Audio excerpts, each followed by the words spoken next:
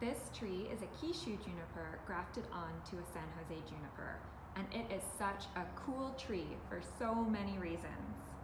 The artist is Uminori Hatanaka. It's an American tree, but done in the classic or more traditional Japanese bonsai style, and I'll talk more about that in a moment. But back to how this tree is kind of two trees at one time. The trunk and the root system is a San Jose juniper, and it's about 70 years old. Started in the 1950s. The foliage is Kishu juniper, and so is the top half of the tree, and I'll point that out in a moment. And that Kishu foliage was grafted in 1981.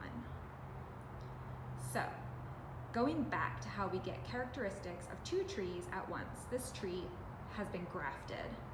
So grafting is basically like smooshing two trees together.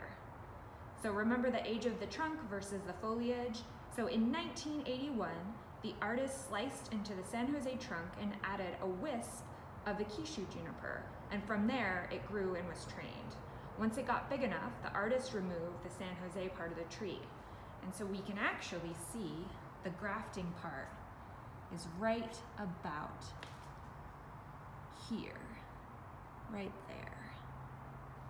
So from here down, you have the San Jose juniper, and from there up, the Kishu juniper.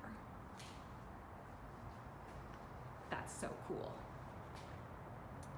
So grafting is used for many reasons. In this case, there was a genetically desirable trait of the San Jose juniper. It's more disease resistant, but the artist wanted to capture the aesthetics, a fancy way to say what it means to be beautiful, of a different tree, in this case, the Kishu juniper. And we can see the foliage of the Kishu juniper is so beautiful.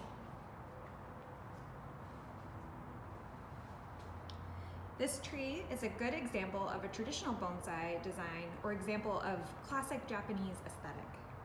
It's kind of like styling a tree to look like a tree emoji, an ideal tree. Japanese style bonsai is more refined and stylized. There's usually more wiring and pruning involved.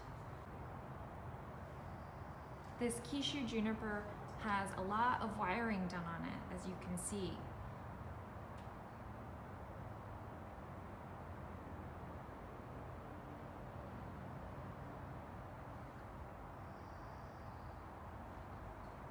And the wiring helps the artist design the tree, craft the tree, make the tree bend in a way that it wants the tree to look. It's so beautiful, right? Let us know what you think of this tree.